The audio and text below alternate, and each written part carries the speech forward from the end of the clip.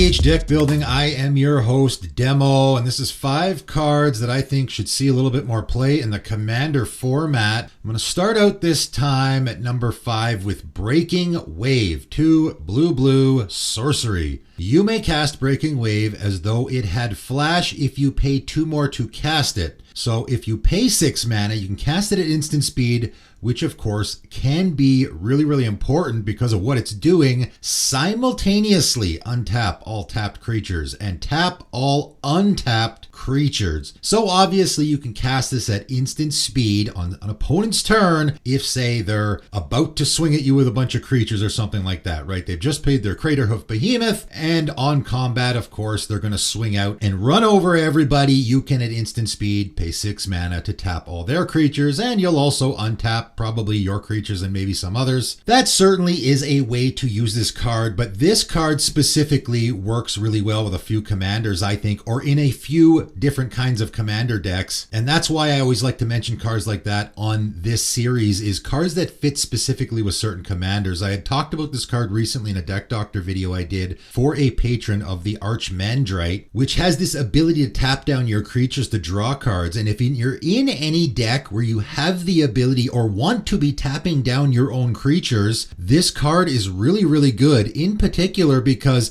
I can tap down all my creatures on my turn to do whatever, draw cards or whatever I might want to be doing. Then I can cast my Breaking Wave after I've done that, and of course I'm going to untap all my creatures and tap down probably a whole lot of my opponent's creatures as well. It can also sort of make for a funny combo with False Floor, where of course with False Floor you want to exile all untapped creatures, so you can also use it as a way to untap your opponent's creatures that are tapped so that you can then exile them. I think it's a pretty neat card, and mostly because it is versatile. There's a lot of different ways you can use it in a commander game, but in particular, in any of those themes where you want to be tapping down your creatures, it can be really good. Next up, we have Battery Bearer, 2 green and a blue, Human Artificer, 3/4. Creatures you control have tap, add colorless. This mana can't be spent to cast non-artifact spells. Whenever you cast an artifact spell with mana value 6 or greater, draw a card. So this came out in Brothers War. It's a little bit of a weird card because of course it's a Simic card that is in a artifact theme, which you don't really see. It's also giving you mana that you can't use for non-artifact spells. It's giving you that Power Stone effect, right? And of course Power Stones came out in this set. And as I've talked about with the Power Stones, that ability of adding the colorless mana but not being able to cast non-artifact spells with it still means you can use it for abilities. And that's the part that I think fits in a whole lot more Simic decks. You just look at a Thrasios, for example, right? There's a really popular commander in the format that has an activated ability that is colorless mana, right? So you can tap down your own creatures, your Thrasios included even, and use that mana to activate your Thrasios' ability. Gretchen, Chulain, there's other commanders that are blue and green that have an ability that you can be using that colorless mana for. Kinnan, of course, in particular, is a commander where this is extra good because, of course, whenever you tap a non-land permanent for mana, you add 1 mana of any type that permanent produced, which means now you're going to be adding more mana from your creatures, and of course, has that ability that you want to sink that mana into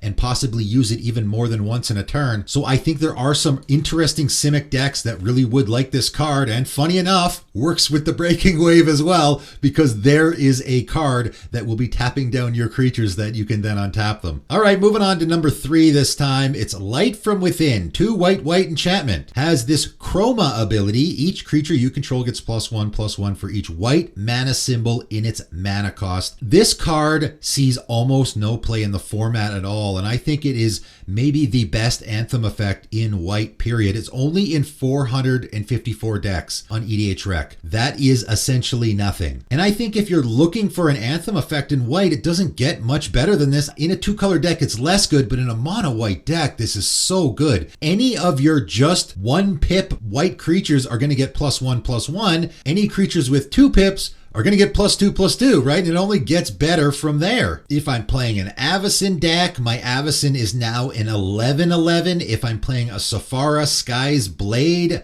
my Safara is a 10/10 flying lifelink. That's pretty good. In pretty much every mono white deck, this is I give all my creatures +1/+1, or better. So I really think it is a super underrated Anthem effect in the format and should see a lot more play than it does. All right, coming in at number 2 is Sarkins Unsealing, 3 and a red enchantment. Whenever you cast a creature spell with power 4, 5, or 6, Sarkins Unsealing deals 4 damage to any target. Whenever you cast a creature spell with power 7 or greater, Sarkins Unsealing deals 4 damage to each opponent and each creature and planeswalker they control. So this is a card that came out in Core Set 2019. I thought it was pretty good the first time I saw it. It was talked about a little bit, but doesn't see nearly enough play in the format in my opinion. And I know people will look at this and say, okay, well, I really need a creature with power 7 or greater to make this good. And even if you just have a commander that has a power 7 or greater, and of course is red, I think this is probably an auto include. There is currently 40 commanders in the format that are red that have a power of 7 or greater. And yes, you probably won't be casting them a lot, but you don't need to, right? Even if you just do this once, that's good enough, right? Think about it this way. This is 4 mana. I deal 4 damage to each opponent and each creature and planeswalker they control, right? Just think of it as a board wipe. Even if you only get the one shot off of this from the one time you're going to cast your commander, which of course is likely going to cost more than 4 mana, so it's going to come out after you cast your Sarkins Unsealing, just getting the one time shot off of this, I think, is enough. But then on top of that, any creature that you have in your deck that has power 4, 5, or 6, you're still going to be dealing 4 damage to any target every time you cast those creatures. So any heavy creature theme in red, I think this is a great fit. You just look at a commander like Gishath, for example. There's a commander that when I cast it, I'm going to wipe out all my opponent's creatures. And also, I likely have a whole bunch of expensive creatures in that deck anyway. So when I cast them, I will also be dealing at the very least 4 damage to any target, which is pretty good. Even if I just get the one use off of this by casting my commander that has power 7 or greater, I think it is worth putting in your deck, because it is an absolute blowout most of the time getting that effect. All right, and we're going to end off today with Animation Module, 1 mana artifact. Whenever one or more +1/+1 counters are placed on a permanent you control, you may pay 1. If you do, create a 1/1 colorless servo artifact creature token. And you can pay 3 and tap, choose a counter on target permanent or player, give that permanent or player another counter of that kind. So, first of all, this is a very cheap 1 mana artifact, which means it can very easily slot into any deck. So that's one reason why you could easily be playing this. It has 2 abilities, which is another reason why it might be good in a lot of different decks. It has that last ability where you can choose a counter on a permanent or player, right? So it has that sort of one-shot proliferate effect, which could be good in certain decks. Maybe if you have a commander where you want to be proliferating counters